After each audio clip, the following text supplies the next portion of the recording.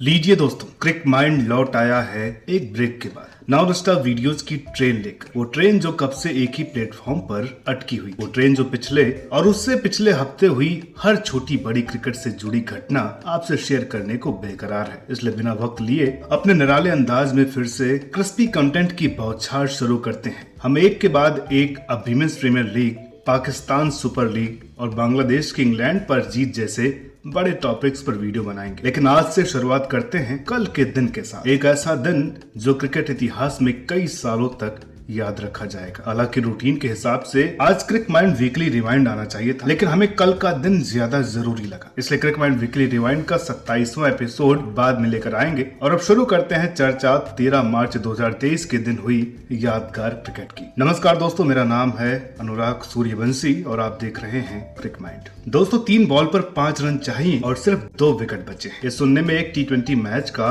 Score card लग रहा है, मगर कल ये नजारा क्राइस्टचर्च के मैदान पर टेस्ट मैच में देखने को मिला, जहां टेस्ट के आखिरी बॉल पर केन विलियमसन ने 1 रन लेकर जीत हासिल की और न्यूजीलैंड को उनके लगातार दूसरे टेस्ट में ऐसी जीत दिलवाई जिसकी चर्चा इतिहास की सबसे रोमांचक जीतों में की जाएगी। क्योंकि इससे पिछले टेस्ट फॉलो ऑन के बावजूद 1 रन के करीबी अंतर से जीतकर हिस्ट्री रची थी और अब लास्ट बॉल पर 2 विकेट की जीत। कभी कभी तो ऐसा लगता है कि न्यूजीलैंड ने बोरिंग हो रही टेस्ट क्रिकेट को इंटरेस्टिंग बनाने की जिम्मेदारी अपने सर ले रखी है। बाकी न्यूजीलैंड की धरती पर यह पिछले 1.5 साल का चौथा टेस्ट मैच है, जहां जीत और हार की बात 5 दिनों के बाद टेस्ट के आखिरी दिन तक गई। हालांकि कल के मैच को इंटरेस्टिंग बनाने में बारिश का भी बड़ा हाथ था, क्योंकि श्रीलंका की पहली पारी में 355 रनों के जवाब में डेरिल मिचेल ने 102 रनों के दम पर न्यूजीलैंड ने 373 रन बनाकर 18 रनों की लीड जरूर ली थी। लेकिन श्रीलंका ने जवाब में मैथ्यूज के 115 रनों की मदद से 302 रन बनाकर टेस्ट की चौथी पारी में न्यूजीलैंड को चेंज करने के लिए 285 रनों का टारगेट दिया।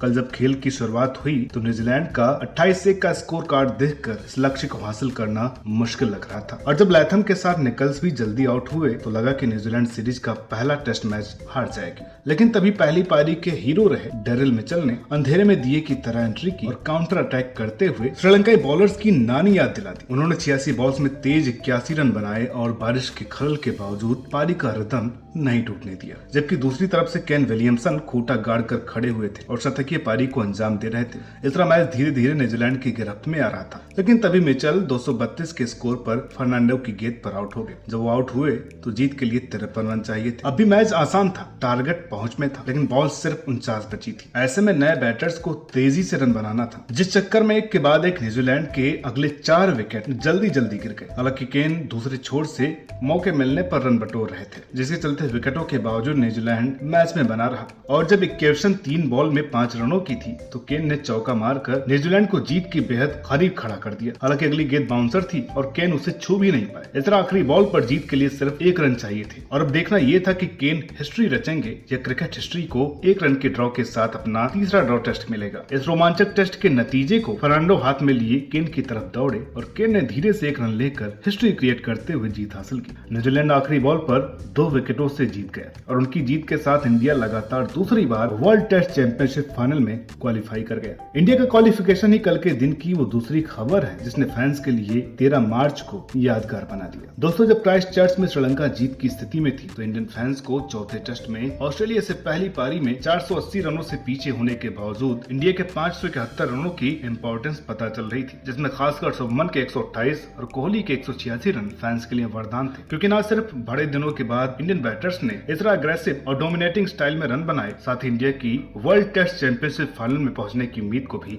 पंख दिए, जो कि तीसरे टेस्ट में हार के बाद खतरे में पड़ी हुई थी। इसलिए कल ड्रॉ हुआ मैच इंडियन फैंस और टीम समेत क्रिकेट के लिए भी एक बड़ी राहत की सांस है। बाकी कोहली का बड़ा शतक तो जश्न की वजह है ही, क्योंकि इंडिया ने कल ड्रॉ के साथ बॉर्डर गवास्कर ट्रॉफी जीतकर हिस्ट्री अपने नाम की। इसलिए इस मैच और जीत पर फुर्सत से चर्चा बनती है। यही वजह है कि हम कल इंडिया बनाम ऑस्ट्रेलिया हुए मैच पर ज्यादा गहराई से बात नहीं कर रहे हैं, क्योंकि इस मैच पर बात तो परसों की जाएगी। बाकी जाते जाते आपको इंडिया की जीत के बाद के जश्न की यादगार लम्हों के साथ छोड़े जाते हैं।